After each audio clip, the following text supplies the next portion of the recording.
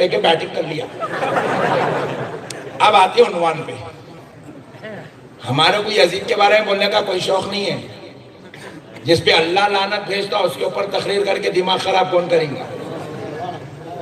ہمارا تو عنوان حسین ہے, ہمارا تو عنوان اہل بیت ہے.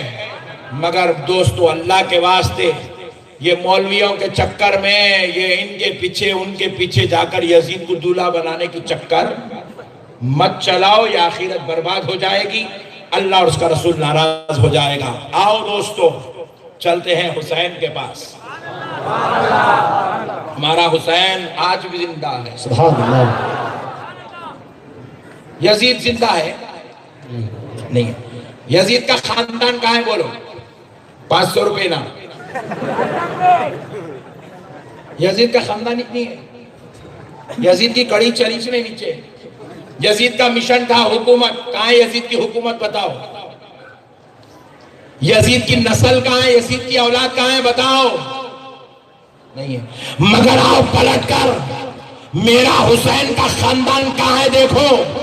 گلی گلی میں کوچے کوچے میں جو سید زادے نظر آتے ہیں, خدا کی قسم یہ کسی اور کا خاندان نہیں, یہ مولا امام حسین کا خاندان نظر آ رہا ہے. یزید کا مشن تھا نبی کے دین کو بدل دوں گا. یزید کا مشن ناکام ہوا. حسین کا مشن تھا ہر مسجد سے اذان بلند ہونی چاہیے, ہر مسجد میں نماز ہونی چاہیے, ممبروں پر خطبے ہونے چاہیے, محراب میں تلاوت ہونی چاہیے, عورتوں کو پردہ ہونا چاہیے, نوجوان مسلمان ہونا چاہیے, اسلام زندہ ہونا چاہیے.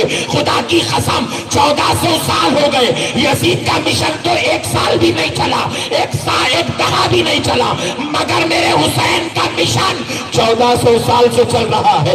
اذان بھی زندہ ہے, نماز بھی زندہ ہے, خطبہ بھی زندہ ہے, تلاوت بھی زندہ ہے, پردہ بھی زندہ ہے, مسلمانیت بھی زندہ ہے, ایمان بھی زندہ ہے. اور خدا کی قسم ہم سب کے دلوں میں آج حسین بھی زندہ ہے.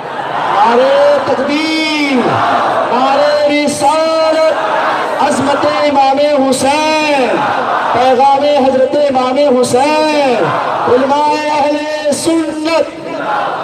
حسین کا خاندان کہاں ہے؟ یزید کا خاندان کہیں نہیں ملے گا. حسین کا خاندان کہاں ہے؟ آؤ بغداد چلتے ہیں, غوث اعظم کو دیکھو حسین کا خاندان ہے. اجمیر کو چلو غریب نواز حسین کا خاندان ہے. دہلی کو آؤ محبوب الہی حسین کا خاندان ہے. ارے اورنگ آباد آؤ سرکار سنجانی صاحب قبلہ کو دیکھو, سرکار زین الدین صاحب قبلہ کو دیکھو, 21ویں خواجہ کو دیکھو, 22ویں خواجہ کو دیکھو. یہ حسین کا خاندان. سبحان اللہ, سبحان اللہ. حسین کا خاندان زندہ ہے, سبحان حسین کی اولاد زندہ ہے, حسین کا مشن زندہ ہے, اور ان کے صدقے میں حسین کے غلام بھی زندہ ہے. میں ایک صاحب کو بولا اگر یزید سے اتنی محبت ہے تو فاتحہ دلا لے. بولا کم سے کم اس کے بعد تو یہ فاتحہ دلایا تھا.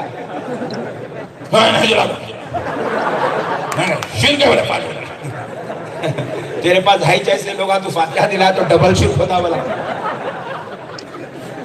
خدا کی قسم آج حسین کی فاتحہ بھی زندہ ہے. ارے رب نے بھی کیا قانون بنایا, نظام مصطفیٰ پر ہماری جان قربان. آپ دینی مدرسوں میں جائیں گے, پڑھیں گے, علماء کی صحبتوں میں بیٹھیں گے تو آپ کو پتا چلے گا. حدیث پاک ہے, رسول اعظم صلی اللہ علیہ وسلم ارشاد فرماتے ہیں جب کوئی بندہ دعا کرتا ہے, دعا کے اول و آخر اگر درود نہیں پڑھتا, دعا کے اول و آخر اگر درود نہیں پڑھتا تو وہ دعا زمین اور آسمان کے بیچ میں معلق ہو جاتی ہے, لٹکتی رہتی ہے, جاتی کچھ نہیں اوپر. کیونکہ اس کو اوپر جانے کے واسطے وسیلہ ہونا. واہ واہ واہ. نہیں کیا ہونا؟ دیکھو سڑی ہوئی تو آدمی وہاں اوپر تک جا سکتا, اگر اس کو بیچارے کو ڈھکل ڈھکل کے اوپر بھی چھوڑ دیا, اب سڑی نہیں ہے تو لٹک جاتا. دعا بھی ایسی لٹک جاتی. بغیر وسیلے کے دعا قبول, دعا کے بغیر, درود کے بغیر دعا قبول نہیں ہوتی, معلق رہتی ہے. پھر ہم نے پوچھا اے اللہ درود پڑھے تو کہاں بندے درود پڑھ لے، درود کے وسیلے سے دعا قبول ہو جائے گی۔ اب ہم درود پڑھ رہے ہیں، اللہم صلی علی سیدنا، سیدنا کون؟ ہمارے حضور، شفیعنا ہمارے حضور، حبیبنا ہمارے حضور، نبینا و مولانا محمد وبارک وسلم۔ درود ہوا؟ زور سے بولو۔ نہیں ہوا جی، اس لیے بولا میں، دینی مدرسے کو گئے تو معلوم ہوتا ہے، پہلے بولا میں کو معلوم تھا، سنی بھائی ہمارے بہت پوری کائنات میں پورے بھولوں کو ایک جگہ جمع کرے تو پوری سنیوں کی جماعت سنیوں کے تب بھولا کائنات میں خدا کی قسم کوئی پیدا ہوا ہی ہوشیار رہنا جی۔ اب درود کب ہوتا کب نہیں ہوتا نہیں معلوم، بولے تو ذرا مسئلہ جڑا ہی چلے گا۔ سنو دوستو،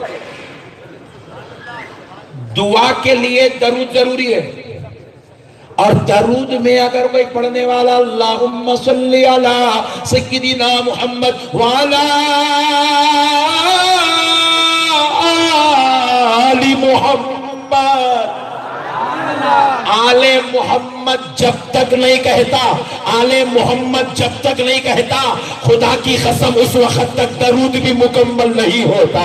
اگر کوئی پڑھنے والا نبی پر درود پڑھ رہا ہے، اللہم صلی علی سیدنا شفیعنا حبیبنا نبینا و مولانا محمد وبارک وسلم، درود تو پڑھا مگر آل نبی پر نہیں پڑھا، صرف نبی پر پڑھا، تو نبی کہتے خبردار میرے امتی میں ایسا درود تیرا قبول نہیں کرتا، یہ درود تیرے منہ پر پھینک دیا جاتا ہے، جو درود تو پڑھے مگر میری آل پر درود نہ پڑھے، یہ درود تیرے منہ پر پھینک دیا جاتا ہے۔ تو اب درود، دعا کے لیے درود ضروری ہے، اور درود میں آل محمد پہ درود ضروری ہے۔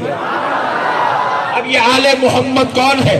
آل محمد کہتے ہیں سیدہ فاطمہ الزہرا کو، آل محمد کہتے ہیں مولا امام حسن کو، آل محمد کہتے ہیں مولا امام حسین کو، آل محمد کہتے ہیں حضرت امام زین العابدین کو، آل محمد کہتے ہیں حضرت امام باقر کو، آل محمد کہتے ہیں امام جعفر صادق کو، آل محمد کہتے ہیں امام موسیٰ کاظم کو، آل محمد کہتے ہیں امام علی رضا کو، آل محمد کہتے ہیں امام تقی کو، آل محمد کہتے ہیں امام نقی کو۔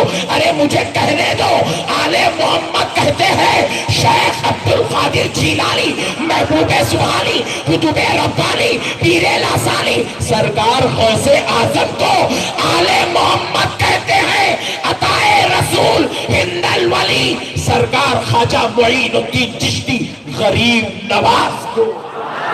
نعرہ تکبیر، شان عظمت اہل بیت، شان آل رسول اللہ، چمنستان مصطفیٰ کے مہکتے ہوئے پھول۔ جب تک آل محمد پہ درود نہیں پڑھتے درود مکمل نہیں ہوتا، اور جب تک درود نہیں پڑھتے دعا قبول۔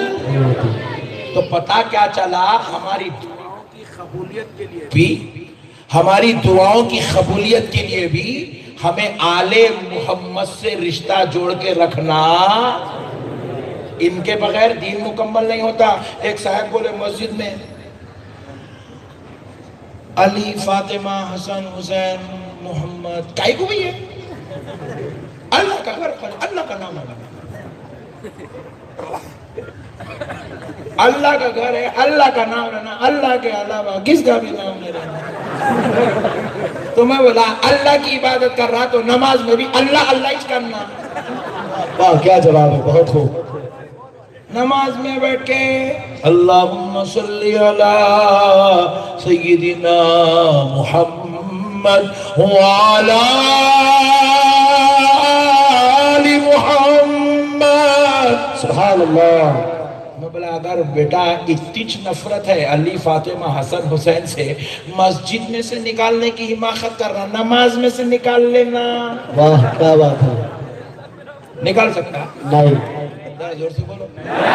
اللہ کو معلوم تھا اہل بیت سے دشمنی اتنی خطرناک ہوں گی کہ ان کے ناموں کو مسجدوں میں سے نکالیں گے، دکانوں میں سے، دادا لگائی سو ہے دکان میں، پوترا سعودی ریٹن نکال لیا. گھروں میں لگے ہوئے دادی وہاں لگائے تھے, پوترا نکال لیا. نہیں نا ارے دیوانے, یہ تو اہل بیت کو چھوڑ دے, ایک فارمولا سمجھاتا ہوں, سمجھ گئے تو زندگی بھر فاتحہ دیتے تم لوگ. واہ واہ سبحان اللہ. اللہ اکبر. فجر کی نماز ہو رہی ہے ابھی. نماز رکعت بننے بعد کیا کرتے جی؟ سبحانک اللہم و بحمدک و تبارک اسمک و تعالی جدک و لا الہ غیرک. اس کے بعد کیا پڑھتے جی؟ بدنام کر دے رہے نماز کو. اعوذ باللہ من الشیطان, اعوذ باللہ من الشیطان الرجیم, بسم اللہ الرحمن الرحیم. یہ پڑھے بات پڑھتے جی الحمدللہ رب العالمین. درست کر لو جی, نماز تم لوگا بہت دور ہے تم لوگا. تو اب نماز میں ثنا پڑھے بعد تعوذ پڑھ رہے ہیں. اعوذ باللہ من الشیطان. یہ شیطان کون جی؟ پھپا, چچا, نانبا, دادا حضرت کون ہے. نماز میں اللہ کے علاوہ غیر اللہ نہیں. اللہ کہہ رہا ہے بندے, مسجدوں میں سے اہل بیت کے نامہ نکال رہا, نماز میں کھڑے ہو کے اعوذ باللہ من الشیطان. واہ واہ حضرت بہت خوب, کیا بات بات. سمجھ رہے ہیں آپ؟ باہر نکل کے الفاتحہ, فاتحہ شرک. قرآن پڑھے تو شرک ہوتا کہتے بھائی. نیا فارمولا ہے یہ, ایک دم لیٹسٹ ہے. 14th سینچری کا جیسے آکسفورڈ انگلش چینج ہو گئی ویسے یہ بھی فارمولا چینج ہو کے آیا سے. قرآن پڑھے تو شرک ہو رہا. واہ, ہم لوگ قرآن میں الحمدللہ رب العالمین الرحمن الرحیم مالک یوم الدین. فاتحہ میں یہ پڑھے تو شرک ہونا ہی نہیں. نماز میں کھڑ کے اعوذ باللہ من الشیطان الرجیم. شیطان کے بارے میں پڑھا بیچارہ. آپ ایمانداری سے بولو, نماز اللہ کی عبادت ہے. پھر یہ اللہ تبارک و تعالیٰ نماز میں شیطان ملعون سے اس کی مردودیت